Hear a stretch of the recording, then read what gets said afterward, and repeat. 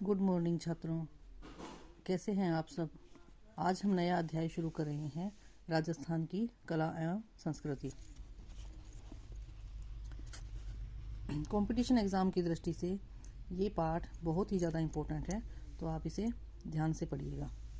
राजस्थान को सांस्कृतिक दृष्टि से भारत के समृद्ध प्रदेशों में गिना जाता है। संस्कृति एक विशाल सागर है जिसे संपूर्ण रूप से लिखना संभव नहीं है।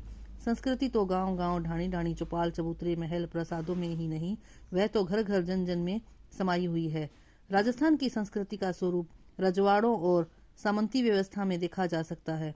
फिर भी इसके वास्तविक रूप को बचाए रखने का श्रेय ग्रामीण अंचल को ही जाता है, जहां आज भी यह संस्कृति जीवित है।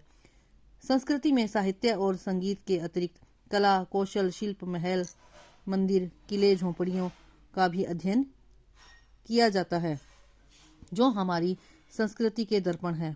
हमारी पोशाक, त्योहार, रहन सहन, खान पान, तहजीब, तमीज सभी संस्कृति के अंतर्गत आते हैं। थोड़े से शब्दों में कहा जाए तो जो मनुष्य को मनुष्य बनाती है वह संस्कृति है। ऐतिहासिक काल में राजस्थान में कई राजपूत वंशों का शासक रहा है। यहाँ सभी शासकों ने अपने राज्य की राजनीतिक एकता के साथ साथ साहित्यिक और सांस्कृतिक उन्नति में योगदान दिया है। 11वीं शताब्दी में उत्तर पश्चिम से आने वाली आक्रमणकारी जातियों ने इसे नष्ट करने का प्रयास किया, परंतु निरंतर संघर्ष के वातावरण में भी यहाँ साहित्य कला की प्रगति अनवरत रही। मध्यकाल में राजपूत शासकों के मुगलों के साथ वैवाहिक और मैत्री संबंधों से दोनों जातियों में सांस्कृतिक समन्वय और मेल मिलाप रहा, जिससे कला साहित्य में विविधता एवं नवीनता का संचार हुआ और सांझी संस्कृति का निर्माण हुआ। सांझी संस्कृति राजस्थान के भूभाग पर आक्रमणों एवं युद्धों का दौर लंबे समय तक चलता रहा। राजस्थानी जनजीवन में समन्वय एवं उदारता के गुणों ने सांझी संस्कृति को पनपने का अवसर प्रदान किया। धार्मिक सहिष्णुता के परिणाम स्वरूप अजमेर में ख्वाजा मोइनुद्दीन चिश्ती की दरगाह में हिंदू मुस्लिम एकता के दर्शन होते हैं, जहां सभी धर्म के अनुयायी एकत्र होकर इबादत या प्रार्थना करते हैं और मन्नत मांगते हैं। लोक देवता गोगाजी रामदेव जी के समाधि स्थल पर सभी धर्मानुयायी अपनी आस्था रखकर सांप्रदायिक सद्भावना का उदाहरण प्रस्तुत करते हैं। राजस्थान के सामाजिक जीवन यथा खान पान, रहन सहन, आमोद प्रमोद और रस्मों रिवाजों में सर्वत्र हिंदू मुस्लिम संस्कृति का समन्वय हुआ है। भोजन में अकबरी जलेबी, खुरासानी खिचड़ी, बाबर बड़ी, पकौड़ी और मुंगोड़ी का प्रचलन मुगली प्रभाव से खूब पनपा है। परिधानों में मलमल, मखमल, नौरंगशाही, बहादुर शाही और कपड़ों का प्रयोग हुआ है। आमोद प्रमोद में पतंगबाजी, कबूतरबाजी मुगल काल से प्रचलित हुआ है। स्थापत्य कला में हिंदू मुस्लिम शैलियों का सम्मिश्रण सांची संस्कृति का उदाहरण है। यहाँ के राजा महाराजाओं ने मुगली प्रभाव से स्थापत्य निर्माण में संगमरमर का प्रयोग किया। गैलेरियों, फव्वारों, छोटे बागों को महत्व दिया। दीवारों पर बैल बुनटे के काम को बढ़ावा दिया। चित्रकला की विभिन्न शैलियों में मुगल शैली का प्रभाव सर्वत्र देखा जा सकता है। अतः कहा जा सकता है कि राजस्थानी कला एवं संस्कृति में सांझी संस्कृति के वे सभी तत्व मौजूद हैं जो अपने मूलभूत स्वरूप को बनाए रखते हुए भी नवीनता, ग्रहणशीलता, सहिष्णुता और समन्वय को स्वीकार करने के लिए तैयार रहते हैं।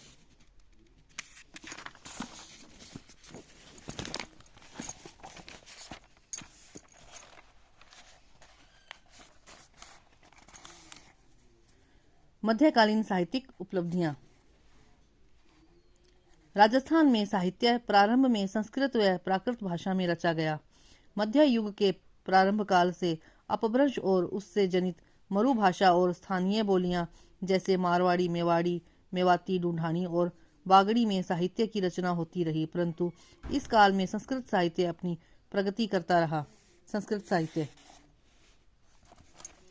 राजपूताना के विद्यानुरागी शासकों, राज्याश्रय प्राप्त विद्वानों ने संस्कृति का सृजन किया। शिलालेखों, प्रशस्तियों और वंशावलियों के लेखन में इस भाषा का प्रयोग किया जाता था। महाराणा कुंभा स्वयं विद्वान, संगीत प्रेमी एवं विद्वानों के आश्रयदाता शासक थे। उन्होंने संगीत राज, सूढ़ प्रबंध, संगीत मीमांसा, रसिक प्रिया, गीत गोविंद की टीका, संगीत प्रिया में क्या है, गीत गोविंद की टीका, संगीत रत्नाकर आदि ग्रंथों की रचना की थी।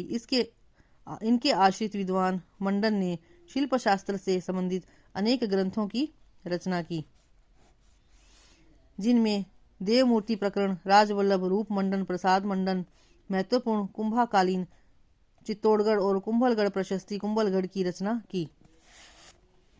राणा जगत सिंह एवं राज सिंह के दरबार में बाबू भट्ट तथा रणछोड़ भट्ट नामक विद्वान थे, जिन्होंने क्रमशः जगन्नाथ राम प्रशस्ति और राज सिंह प्रशस्ति की रचनाएं की। ये दोनों प्रशस्तियां मेवाड़ के इतिहास के लिए महत्वपूर्ण है। आमेर जयपुर के महाराजा मान सिंह, सवाई जय सिंह मारवाड़ के महाराजा जसवंत सिंह, अजमेर के चौहान शासक विग्रहराज चतुर्थ तथा पृथ्वीराज तृतीय, बीकानेर के राय सिंह और अनूप सिंह संस्कृत के विद्वान एवं विद्वानों के आश्रयदाता शासक थे। अनूप सिंह ने बीकानेर में अनूप संस्कृत पुस्तकालय का निर्माण करवाकर अपनी साहित्यिक प्रतिभा का परिचय दिया। विग्रहराज चतुर्थ ने हरिकली नाटक लिखा। पृथ्वीराज के कवि जयानक पृथ्वीराज विजय नामक काव्य के रचयिता थे। प्रतापगढ़ के दरबारी पंडित जयदेव का हरि विजय नाटक तथा गंगाराम भट्ट का हरिभूषण इस काल की प्रसिद्ध रचनाएं हैं। मारवाड़ के जसवंत सिंह ने संस्कृत में भाषा भूषण और आनंद विलास नामक श्रेष्ठ ग्रंथ लिखे। जोधपुर के मान सिंह ने नाथ चरित्र नामक ग्रंथ लिखा। मान सिंह को पुस्तकों से इतना प्रेम था कि उन्होंने काशी, नेपाल आदि से संस्कृत के अनेक ग्रंथ मंगवाकर अपने पुस्तकालय में सुरक्षित रखे। आज यह पुस्तकालय मान सिंह पुस्तक प्रकाश शोध केंद्र के रूप में विख्यात है। राजस्थानी साहित्य। राजस्थानी समस्त राजस्थान की भाषा रही है, जिसके अंतर्गत मेवाड़ी, मारवाड़ी, ढूंढानी, हाड़ौती, बागड़ी, मालवी और मेवाती आदि बोलियां आती है। इस भाषा में जैन शैली, चारण शैली, संत शैली और लोक शैली में साहित्य का सृजन हुआ है। जैन शैली का साहित्य। जैन शैली का साहित्य जैन धर्म से संबंधित है। इस साहित्य में शांत रस की प्रधानता है। हेमचंद्र सूरी 11वीं सदी में जो थे का देशी नाममाला शब्दानुशासन, ऋषिवर्धन सूरी का नल दमयंती रास, धर्म समुद्र गणी का रात्रि भोजन रास, हेमरत्न सूरी का गोरा बादल री चौपाई प्रमुख साहित्य है। चारण शैली का साहित्य। राजपूत युग के शौर्य तथा जनजीवन की झांकी इसी साहित्य की देन है। इसमें वीर तथा श्रृंगार रस की प्रधानता रही है। चारण शैली में रास, ख्यात, दुहा आदि में गद्य पद रचनाएं हुई हैं। बादर ढाडी कृत वीर भायण चारण शैली की प्रारंभिक रचना है। चंद्रवरदाई का पृथ्वीराज रासो, नैनसी की नैनसिरी ख्यात, बांकीदास की बांकीदासरी ख्यात, दयालदास की दयालदासरी ख्यात, गार्डन शिवदास की अचलदास खिंचीरी वचनिका प्रमुख ग्रंथ हैं, जिनमें राजस्थान के इतिहास की झलक मिलती है। दोहा छंद में ढोला मारू रा दुहा, सज्जन रा दुहा प्रसिद्ध रचनाएं हैं। इसके अतिरिक्त दुर्सा आढ़ा का नाम भी विशिष्ट उल्लेखनीय है। वह हिंदू संस्कृति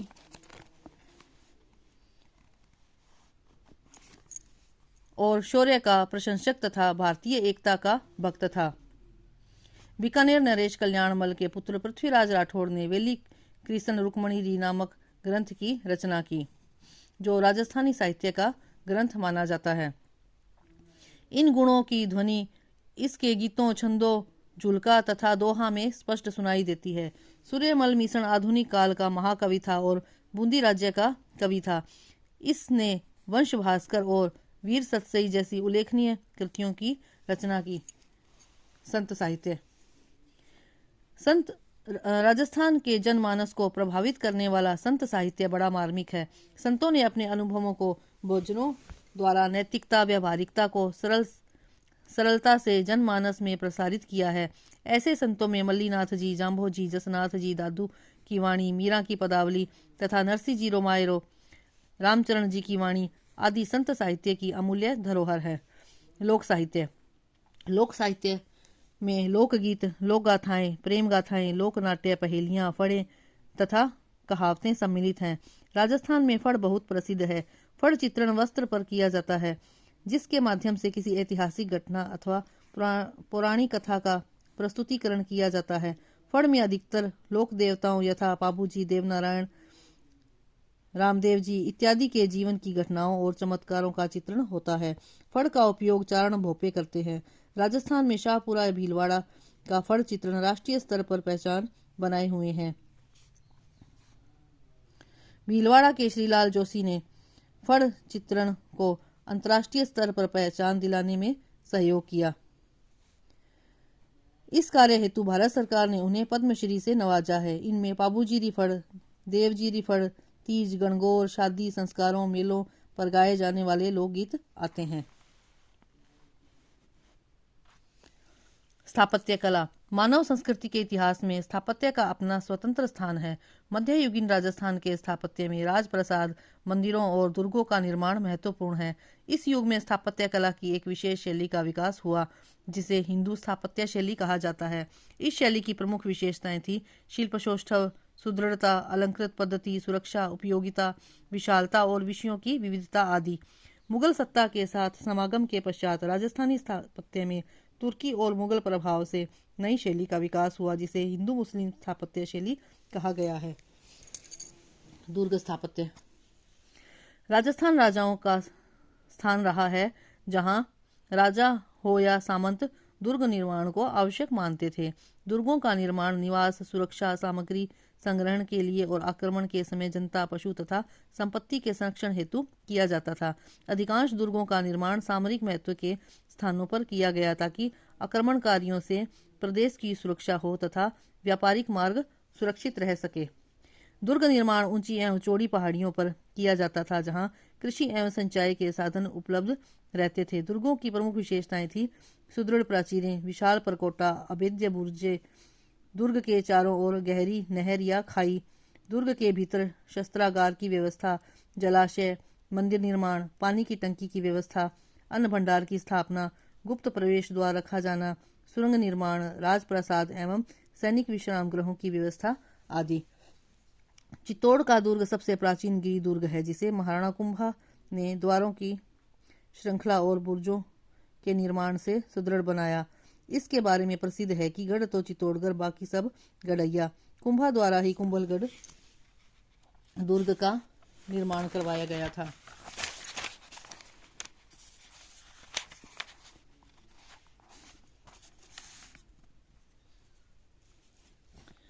जो विशाल और ऊंची पहाड़ी पर सुदृढ़ द्वारों तथा प्राचीरों से सुरक्षित है।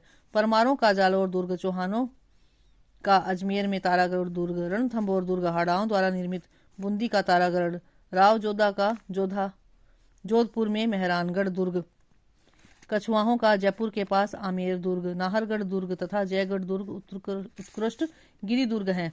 परमारों का झालावाड़ के निकट गागरोन दुर्ग जल दुर्ग की श्रेणी में आता है। महारावल जैसलदेव का जैसलमेर दुर्ग पीले पत्थरों से निर्मित मरुस्थलीय दुर्ग है। बीकानेर का जूनागढ़, भरतपुर का दुर्ग समतल मैदान पर निर्मित चौड़ी खाई से घिरा हुआ है। राजस्थान के अन्य प्रसिद्ध दुर्गों में मांडलगढ़, भीलवाड़ा, अचलगढ़, आबू, रणथंभौर, सवाई माधोपुर, बयाना, भरतपुर, सिवाना, बाड़मेर, बटनेर, हनुमानगढ़ आदि हैं। राजप्रासाद या महल। राजस्थान में राजपूत राज्यों की स्थापना के साथ ही राजप्रासादों का निर्माण होने लगा था। राजप्रासाद या महल दो भागों पुरुष कक्ष तथा अंतःपुर जनाना कक्ष में विभाजित होते थे। महलों में आवास कक्ष, शस्त्रागार, धान्य भंडार, रसोई घर और पूजा गृह होते थे। सादगी, नीची छतें, पतली गैलरियां, छोटे छोटे कक्ष और ढालान महलों की प्रमुख विशेषताएं होती थी। मुगल राजपूत संबंधों के प्रभाव से महलों में फव्वारे, छोटे बाग, गुंबद, पतले खंबे, मेहराब आदि नई विधाओं का प्रयोग होने लगा। कुंभलगढ़ और चित्तौड़गढ़ के महल सादगी के नमूने हैं।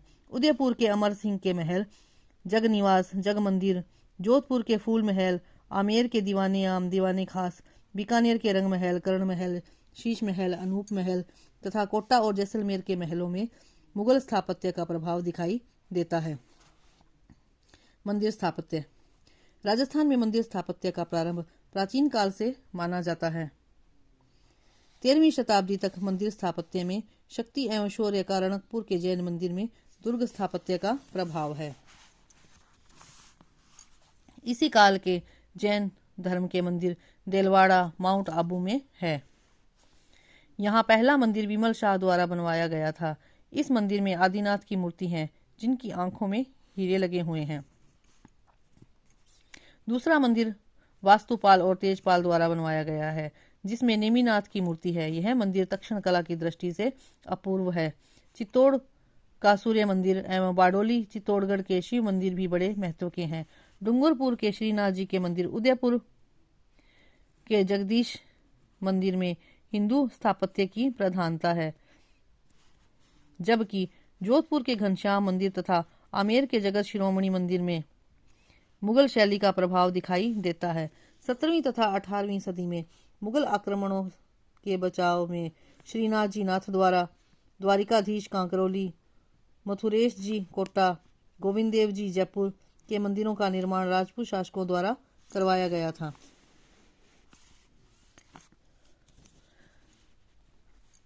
भवन स्थापत्य, हवेलियां। राजस्थान में भवन स्थापत्य का विकास हवेलियों के निर्माण से हुआ है। राजस्थान के अनेक नगरों में सेठ और सामंतों ने भव्य हवेलियों का निर्माण करवाया था।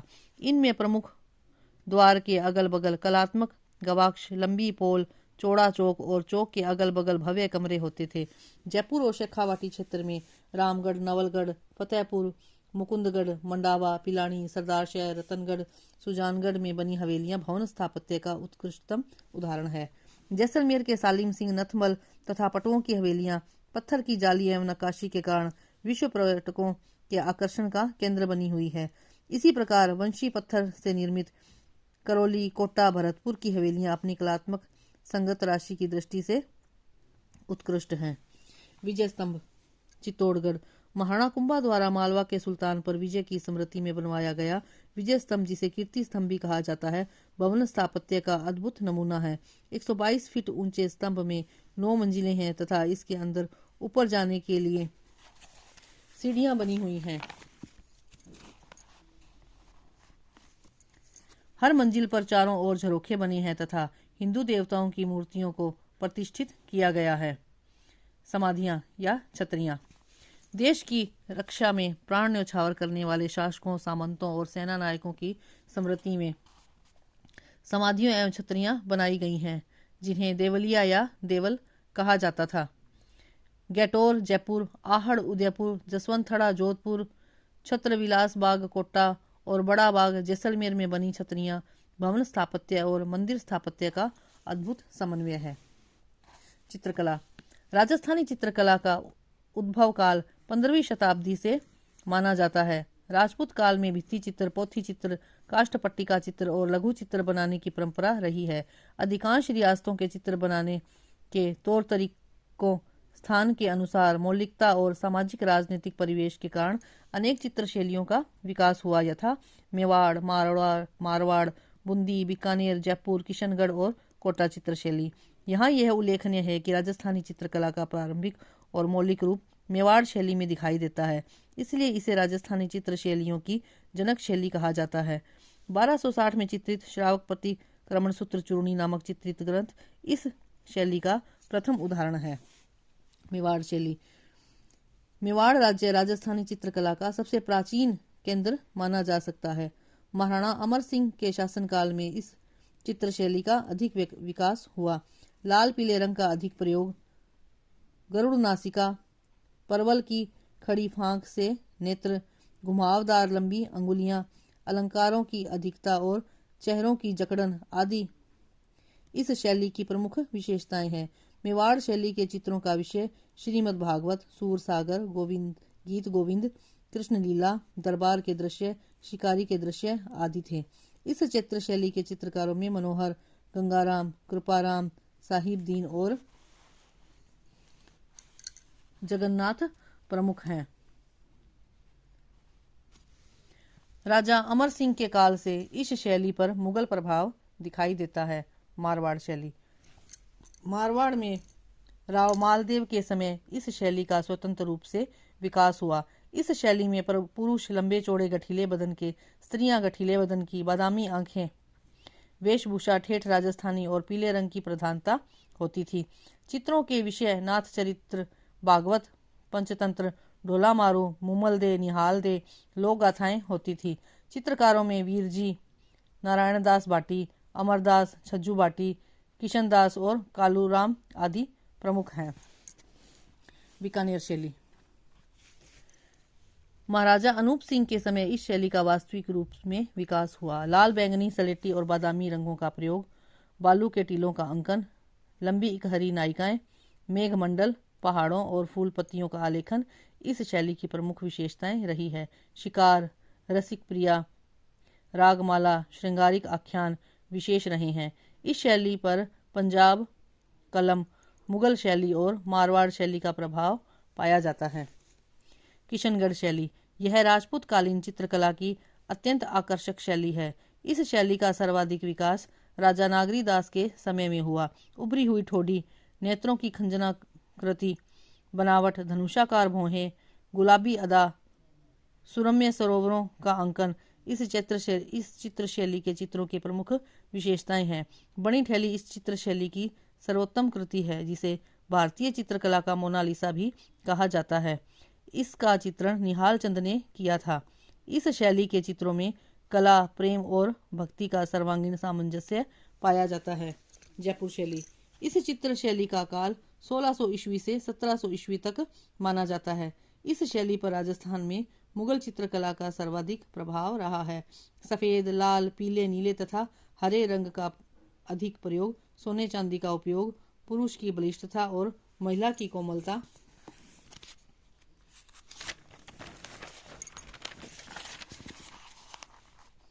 इस शैली की प्रमुख विशेषता रही है।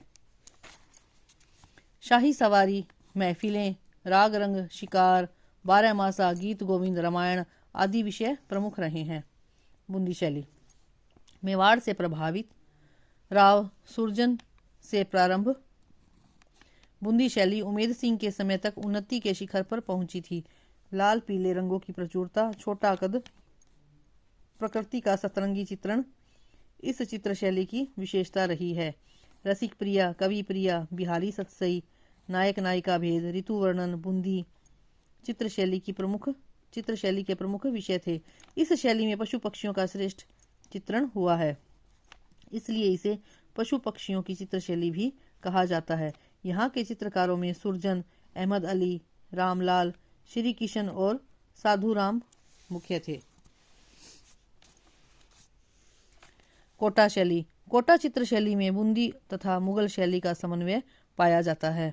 स्त्रियों के चित्र पुतलियों के रूप में, बड़ी आंखें, छोटी नाक, ललाट बड़ा, लहंगे ऊंचे, वेणी अकड़ी हुई इस शैली की प्रमुख विशेषताएं रही है।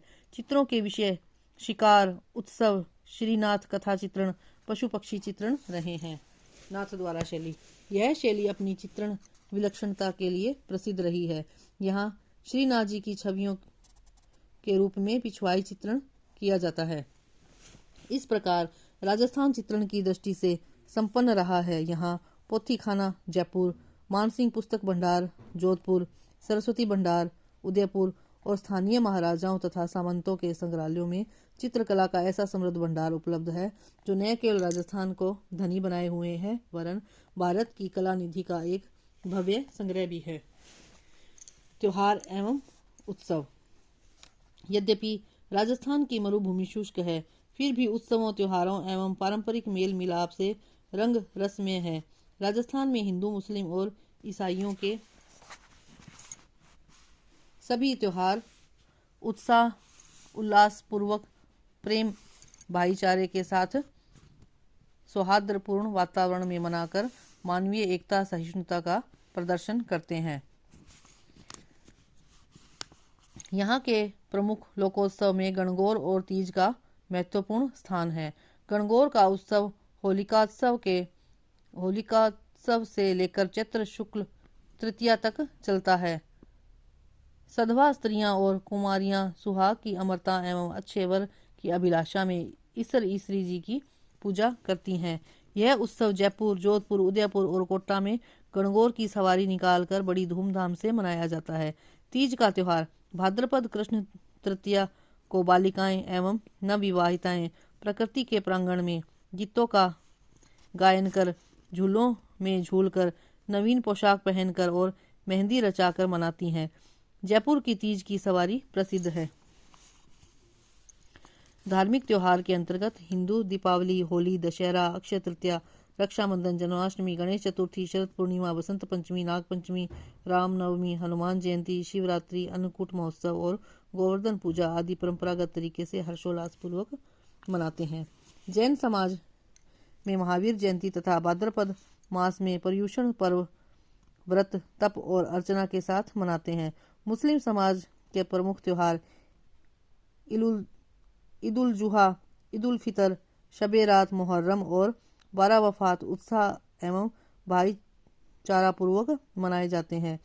इन त्योहारों में सभी समाज के लोगों में प्रेम, उल्लास और आनंद का संचार होता है, सामाजिक समरसता का विकास होता है तथा धार्मिक श्रद्धा का संचार होता है। राजस्थान के प्रमुख त्योहारों एवं उनकी तिथियां निम्न हैं। प्रमुख त्योहार एवं उनकी तिथियां: गणगौर, फागुन शुक्ल पूर्णिमा से चैत्र शुक्ल तीज तक। महाशिवरात्रि, फागुन कृष्ण पक्ष त्रयोदशी, दीपावली, कार्तिक कृष्ण पक्ष अमावस्या।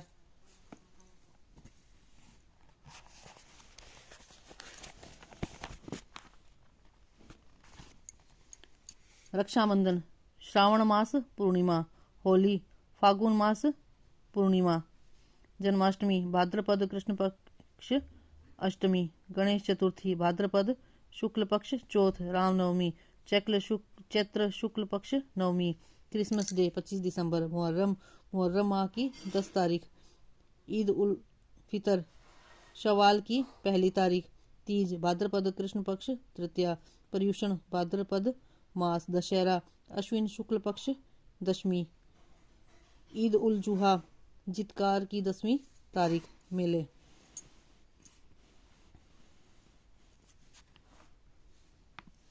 राजस्थान के मेले यहाँ की संस्कृति के परिचायक हैं। राजस्थान में मेलों का आयोजन धर्म, लोक देवता, लोक संत और लोक संस्कृति से जुड़ा हुआ है। मेलों में नृत्य, गायन, तमाशा, बाजार आदि से लोगों में प्रेम, व्यवहार, मेल मिलाप बढ़ता है। राजस्थान के प्रत्येक अंचल में मेले लगते हैं।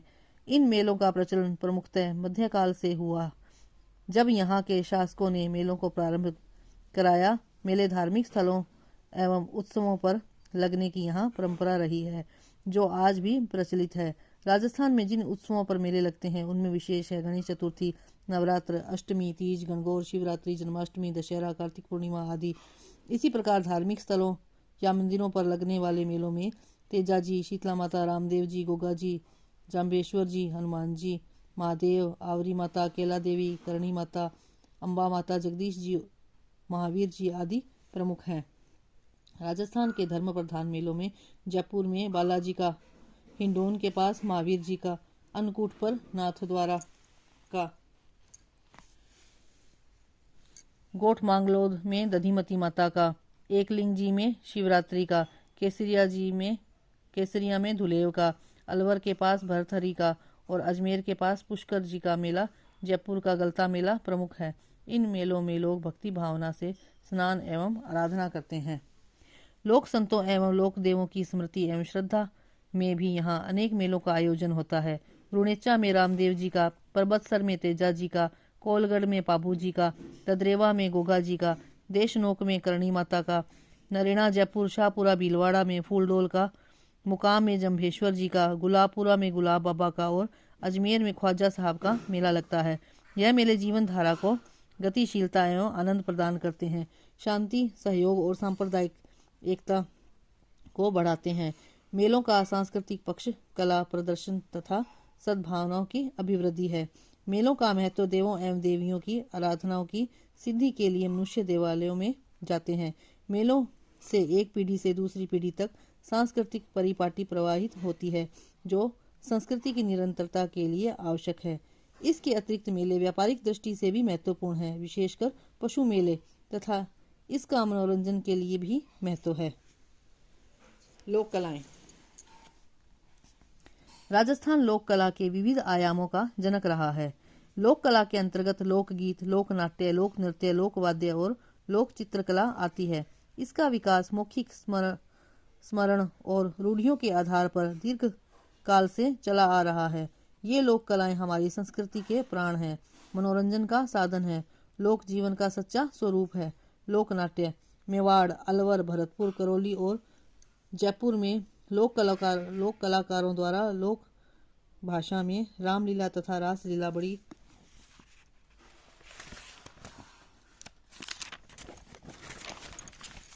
लोकप्रिय है। बीकानेर और जैसलमेर में लोक नाट्यों में रम्मत प्रसिद्ध है। इसमें राजस्थान में सुविख्यात लोक नायकों एवं महापुरुषों की ऐतिहासिक एवं धार्मिक काव्य रचनाओं का मंचन किया जाता है। इन रम्मतों के रचयिता मनीराम व्यास, फागू महाराज, सुआ महाराज, तेज कवि आदि हैं। मारवाड़ में धर्म और वीर रस प्रधान कथानकों का मंचन ख्याल खेल नाटक परंपरागत चला आ रहा है। इनमें अमर सिंह का ख्याल, रूठी रानी रो ख्याल, राजा हरिश्चंद्र का ख्याल प्रसिद्ध एवं लोकप्रिय है। राजस्थान में भवाई नाट्य अनूठा है, जिसमें पात्र व्यंग्य वक्ता होते हैं। संवाद, गायन, हास्य और नृत्य इसकी प्रमुख विशेषताएं हैं। मेवाड़ में प्रचलित गवरी एक नृत्य नाटिका है जो रक्षाबंधन से सवा माह तक खेली जाती है। गवरी वादन, संवाद, प्रस्तुतिकरण और लोक संस्कृति के प्रतीकों में मेवाड़ की गवरी निराली है। गवरी का उद्भव शिव भस्मासुर की कथा से माना जाता है। इसका आयोजन रक्षाबंधन के दूसरे दिन से शुरू होता है। गवरी सवा महीने तक खेली जाती है। इसमें भील संस्कृति की प्रमुखता रहती है। यह पर्व आदिवासी जाति पर पौराणिक तथा सामाजिक प्रभाव की अभिव्यक्ति है। गवरी में पुरुष पात्र होते हैं। इसके खेलों में गणपति, कान, गुजरी, जोगी, लाखा, बंजारा इत्यादि के खेल होते हैं। लोक नृत्य राजस्थान में लोक नृत्य की परंपरा सदा से उन्नत रही है।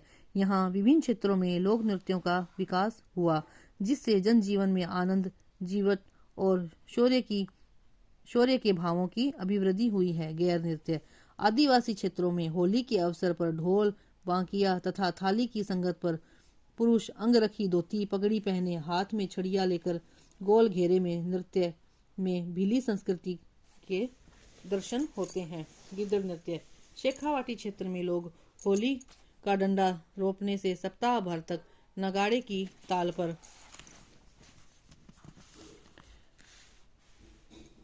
पुरुष दो छोटे डंडे लेकर गीतों के साथ सुंदर परिधान पहनकर नृत्य करते हैं, जिसे गिद्दड़ नृत्य कहा जाता है। ढोल नृत्य मरुस्थलीय प्रदेश जालोर में शादी के समय माली, ढोली, सरगड़ा और भील जाति के लोग थाकड़ा शैली में ढोल नृत्य करते हैं।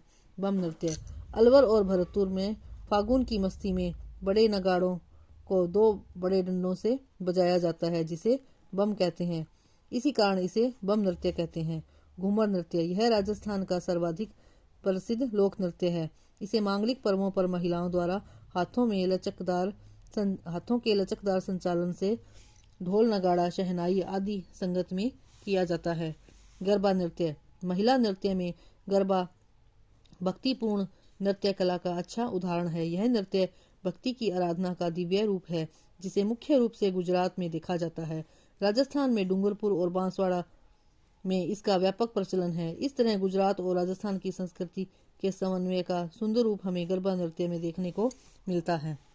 अन्य लोक नृत्य जसनाथी सिद्धों का अंगाना नृत्य, भीलों का राई नृत्य, गरासिया जाति का वालर नृत्य, कालबेलिया जाति का कालबेलिया नृत्य प्रमुख है।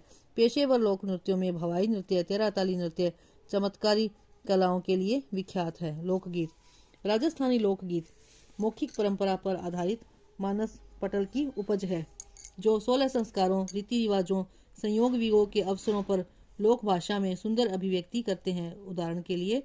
उदाहरणार्थ खेलन दो गणगौर, मारी, घूमर, छह नखराली, एमाए, चिरमी आदि हैं। लोकवाद्य लोक कला में राजस्थान के लोकवाद्यों का बड़ा महत्व है। इसके बिना नृत्य संगीत भी अधूरा लगता है। यहाँ के प्रमुख लोकवाद्यों में रावण हत्था, तंदूरा, नगाड़े, तीन तारा, जोगिया, सारंगी, पुंगी और बपंग उल्लेखनीय है। लोक चित्रकला पथवारी गांवों में पथ रक्षक रूप में पूजा जाने वाला स्थान जिस पर विभिन्न प्रकार के चित्र बने होते हैं। पान्ना, राजस्थान में कागज पर जो चित्र उकेरे जाते हैं उन्हें पान्ना कहा जाता है। मांडना, राजस्थान में लोक चित्रकला की यह एक अनूठी परंपरा है। त्योहारों एवं मांगलिक अवसरों पर पूजा स्थल चौक पर ज्यामितीय वृत्त, वर्ग या आड़ी तिरछी रेखाओं के रूप में मांडना बनाए जाते हैं। फड़, कपड़ों पर किए जाने वाले चित्रांकन को फड़ कहा जाता है। सांझी, यह गोबर के घर के आंगन, पूजा स्थल अथवा चबूतरे पर बनाया जाता है। लोकगीत, लोकनाट्य, लोकवाद्य, लोक चित्रकला राजस्थानी संस्कृति एवं सभ्यता के प्रमुख अंग हैं। आदिकाल से लेकर आज तक इन कलाओं का विविध रूपों में विकास हुआ है। इन विधाओं के विकास में भक्ति, प्रेम, उल्लास और मनोरंजन का प्रमुख स्थान रहा है। इनके पल्लवन में लोक आस्था की प्रमुख भूमिका रही है। बिना आस्था और विश्वास के इन लोक कलाओं के अस्तित्व की कल्पना भी नहीं की जा सकती। आज भी लोक कला के मूल तत्व जनजीवन में विद्यमान है। त्योहार, नृत्य, संगीत, लोकवाद्य, लोक कलाओं, विभिन्न बोलियों एवं परिणाम के कारण ही राजस्थान को रंगीला राजस्थान की संज्ञा दी जाती है। राजस्थान की सांझी संस्कृति के दर्शन यहाँ के जनजीवन के साथ साहित्य में भी देखे जा सकते हैं। धर्म, समभाव एवं सुलह कुल की नीति यहाँ के धार्मिक जीवन का इतिहास के काल से ही मूल मंत्र रहा है।